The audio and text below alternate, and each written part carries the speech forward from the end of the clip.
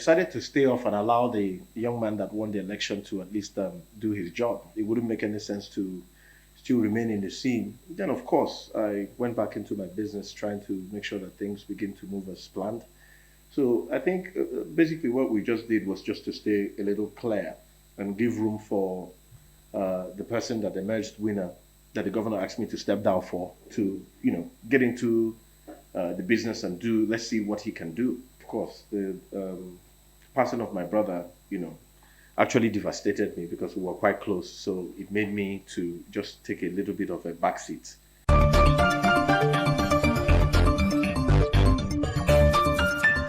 I was quite puzzled when I saw those number of people that came out and besieged my foundation office and asked that I am informed that I should come and run for election. Then again, I've been receiving calls from Reverend Fathers, different parishes of Abba, men of God in the presbytery, and in different walks of life to come out and run for election. It will, I think I'll be doing them a great disservice if eventually I decide not to. You cannot be living a certain lifestyle while you see your people suffer. People are suffering. People are suffering. People are suffering. I can tell you that people are suffering because I relate with the downtrodden, the worst of the worst, the abandoned, old women struggling, men struggling. People are dying every day because of 2,000 naira, 1,000 naira. It's crazy. It's crazy. So these are some of the things that you think about and then you can't sleep at night. It weakens my soul to know that there are certain people who are opportune to do things for the people and they just do not. So I'll run.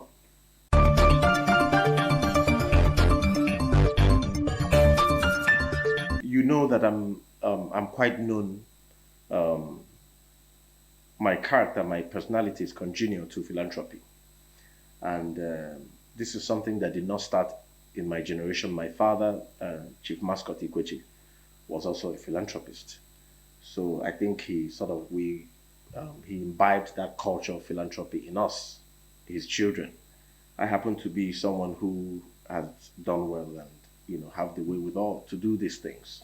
Regardless, I mean, politics aside, this is just something that is synonymous with members of my family. So I'm sure we've built schools, renovated government schools. We've bought books, chairs.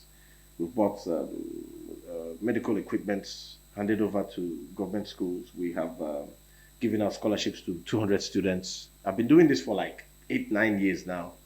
Every year, sometimes twice a year, I give out kerosene, I give out rice, I give out foodstuffs to widows, I give out things to old women, women and men that have worked for government and are not being paid their gratuity. I sort of reach out to them and find ways and means to impact their lives positively.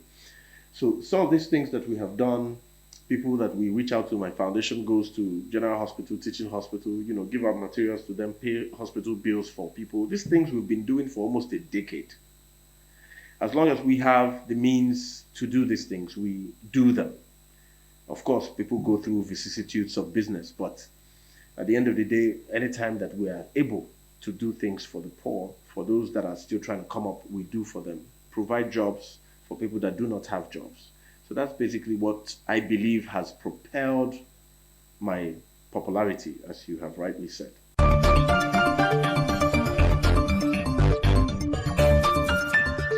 We didn't know that governors of the Southeast could do well till we started seeing Omahi do the things that he's doing in Ebonyi State. We didn't also know that House of Rep members would do well till we started seeing late OC Prestige doing the things that he was doing in the state. We thought all they do is just sit down and argue in the green chamber. So what we would do differently is to absorb every single opportunity that comes our way in making the lives of our people better. Attraction of projects. It is the sole responsibility of every lawmaker to try and attract projects from different federal government parastatals. Most of these people tend to pocket the funds that is supposed to be used for these constituency projects because they do not know any better, and I guess some of these people are still looking for money. But for some of us that have been able to do well in the private sector, it is left for us now to find a way, get into the public sector, and find means to attract very solid projects to Aba. All our roads, you can see the way they look. These roads needs to be done. We need to find a way to expand productivity in Aba. How do we do it? We're already connected all over the world. We do business with the Chinese, we do business with the Arabs, we do business with Americans, we do business with Europeans. Even as a private sector person, have tried so many times to bring projects into Abia. One time we tried to do an estate at Osisiama, but I don't know, for some reason it was truncated. I don't really want to get into it. But if I was in power, I would have done these things on my own. As a lawmaker, found a way, brought maybe Mr. Speaker, or even brought the president myself. These are things that we can do because we already know these people as private citizens, and they already respect us as private citizens. It is now left for us to just find a way to permeate that system and then attract these projects. There are so many things to be done in Aba. You can bring in Chinese people to train our people in Aba and encourage trade relations between China and Aba, to be precise, push our goods offshore and sell, and these people will generate dollars. There are so many things to do. If I begin to list them out here, will be even designers that design for some of these big labels. But let's just even talk about the regular ones like the Caesar Pasiotis and all the rest of them. You can go to Italy, bring them down to Aba, bring Spanish designers to Aba, bring Hungarian designers to Aba, bring even Arabian designers to Aba, for them to come and cite some of our projects, some of the things that we produce in Aba. I remember in the 80s, before even China became what it has become today, I remember Aba used to compete with Taiwan. Remember back in the days, 84, 85, I was quite young then. I remember Aba used to compete with Taiwan before even Japan and then China, which has now taken over the world when it comes to production. So Aba is synonymous with production, producing things. All we need to do is find means to raise funds for them. Exim Bank of China, some of these banks will be willing to give out little loans to these people. But we need to put them on the world stage where the world can see what these people can do, and then begin to sell some of the activities of Aba, of the artisans in Aba, for them to push their goods all over the world.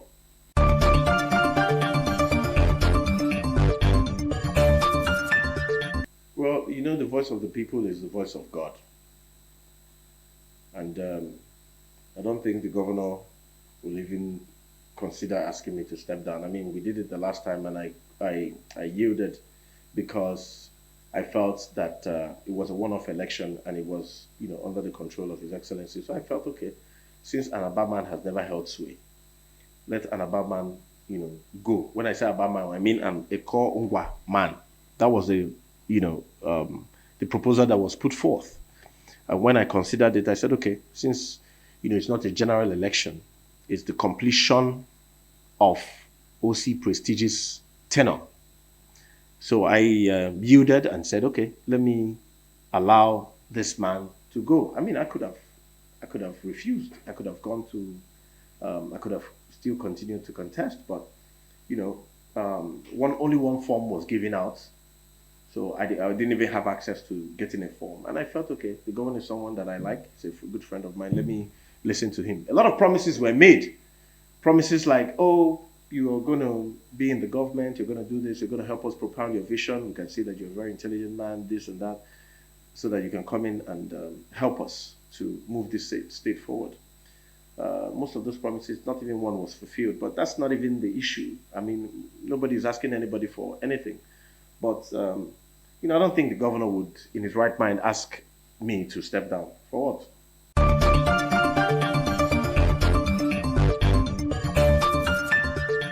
The perennial problems that our Aba citizens have endured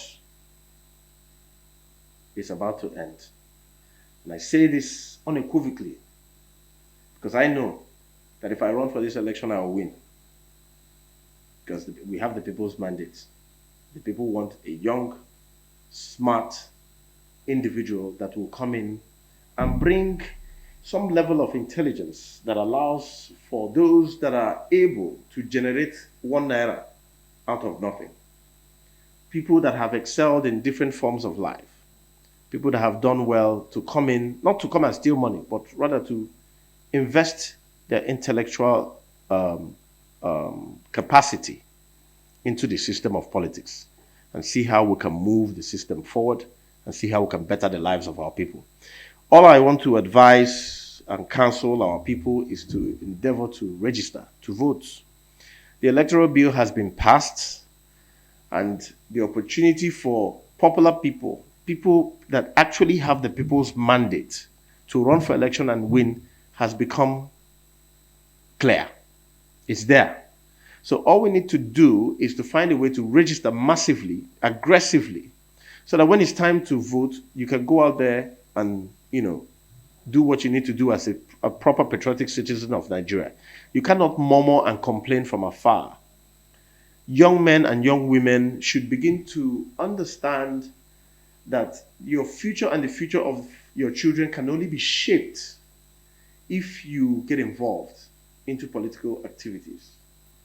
Just the same way people are so interested in Big Brother Africa, the same way people are interested in, checking out Wizkid's video and Davido's videos or concerts. You need to also be very enthusiastic, very committed, very willing to exercise your franchise as a Nigerian citizen. So by the time we begin to see things from this perspective, we can actually make a change. And now that trust deficit that we've had, over time about the way elections are conducted, oh, your votes don't count after you're done voting, they just go and write the elections, is now diminished because you can come out and vote and directly your vote will hit the server. So it's no more a thing of picking up documents and sitting at the back of one primary school and then you're thumbprinting and dumping into the ballot box. It's not, that's those days are over. Those barbaric and archaic days of ways of doing things are over from what we can see with the Electoral Act that's been passed.